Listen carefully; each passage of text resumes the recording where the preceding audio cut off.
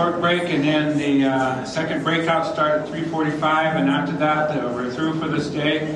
But tomorrow morning, you must be here early. It'll be standing room only because we got Mr. Sam DeLoria who's going to be giving the keynote. He just told me he's got some new material that he tested out in Vegas and it did pretty well. So should be here in the morning.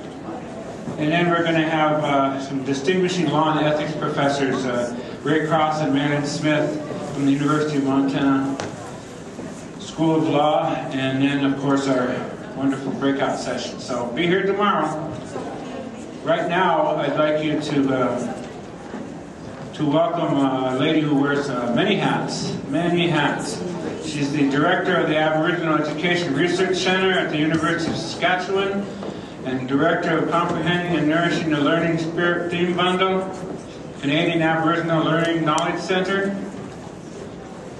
And I asked her, I begged her, I pleaded with her to keep her presentation to an hour and a half. I hope she can do that. So anyway, I'd like you to greet with a warm round of applause, Marie Baptiste.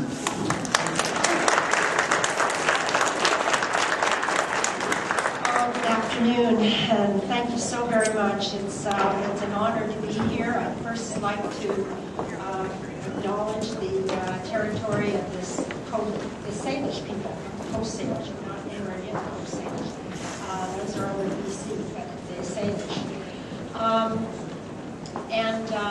I also want to acknowledge and thank Bob for the introduction, for the prayers that have been offered today on our behalf, and also to thank Patty and the organizers of the conference for their wonderful conferences that they have put together today. I've learned so much in the first session that I've attended. My microphone sort of seems to have slipped, so I just need somebody to come help me to figure out how to bring it back up.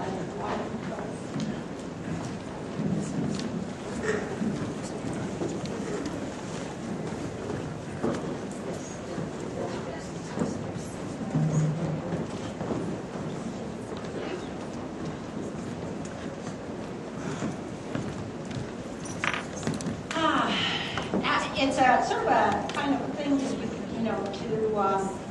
try to do an after lunch presentation when you've had such a good lunch. You feel like you're all warm and cozy inside, and slowly as the afternoon draws on, you kind of have an eye close and another eye close, and pretty soon you're into a nap mode. So if you feel like you need to do that, so go ahead. It's quite fine.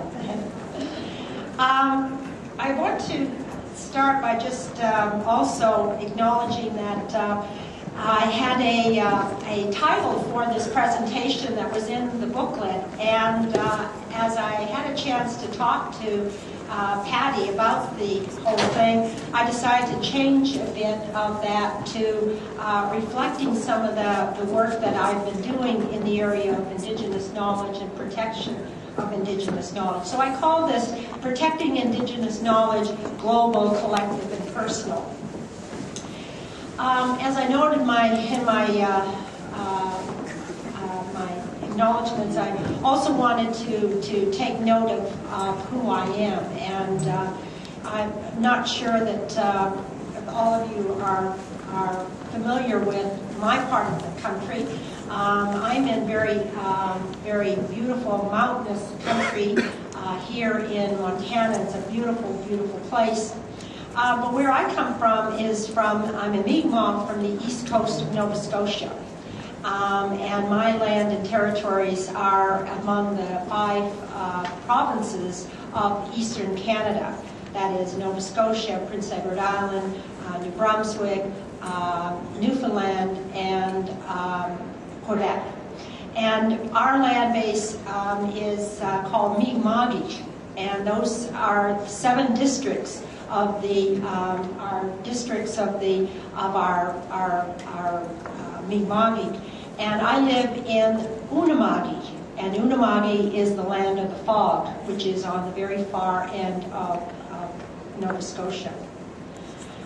My family, or my parents anyway, are John and Annie Baptiste, and In our story, well, at least our story began as we were in Canada, living on the Bottledeck First Nation, which at the time was called Chapel Island.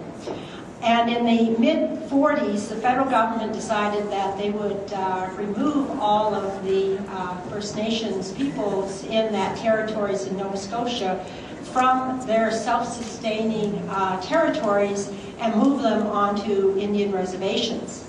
And in a move, they took about a 10-year period called centralization to move all of our people onto these various reserves.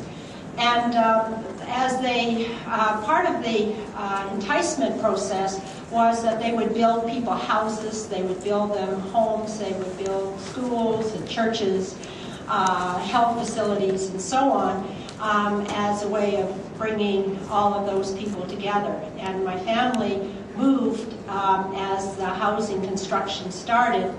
However, at the time, they were building houses and not finishing them inside. And so they would put what would look like a house on the outside, and the inside was all bare and open. And they would just start then another house. And so people ended up living up to 10 years in these houses, which had no floors and no insulation.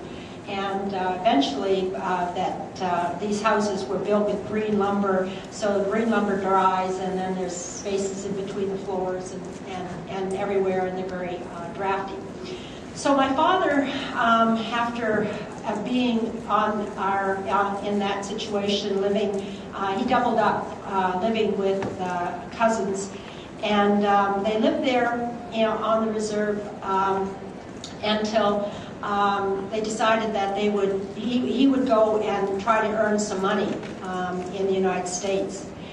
And my mother had heard about people who had traveled on to the United States and how they had lost their men to all kinds of things. And so she said, no, I'm going to go with you. And with that, she packed up all her stuff and her children, and off she went. And I had a sister who was just at school age, and my dad's sisters said, you should put her in residential school. And so she went into residential school, and my mother and father went to the States. And eventually, my sister then joined us, in the United States, and it was there that I was born and I was raised. And it was some years later, after my mother and father went back to Canada to live back on the reserve again. By that time, I was then in college, and so most of my years have been living off reserve. I am also a federally recognized Mi'kmaq Indian from Aroostook County, and also am status Indian in Canada. Now, so a little bit, I've been forever a student. I said I went to school for 25 years and graded every year. And basically, I have been in school for a very, very long time, and I guess that was to be my destiny, of which I have been a teacher, working in First Nations schools as a principal, an education director, a classroom consultant, a curriculum developer, working with Mi'kmaq language. And then in the last 15 years, I've been at the University of Saskatchewan, where I am a professor there, and more recently am now a full professor and also the director of the Aboriginal Education Research Center. And after the first year of our having this research center, I applied for funding from the Canadian Council on Learning, and they gave us some funds for a 3-year period. We are now the Aboriginal Learning Knowledge Center, and we are co-managed by the First Nations Adult and Higher Education Consortium in Calgary and the Aboriginal Education Research Center. So I wear many hats in my job, as well as doing the kind of research and writing and projects and so on that entail the work I do. So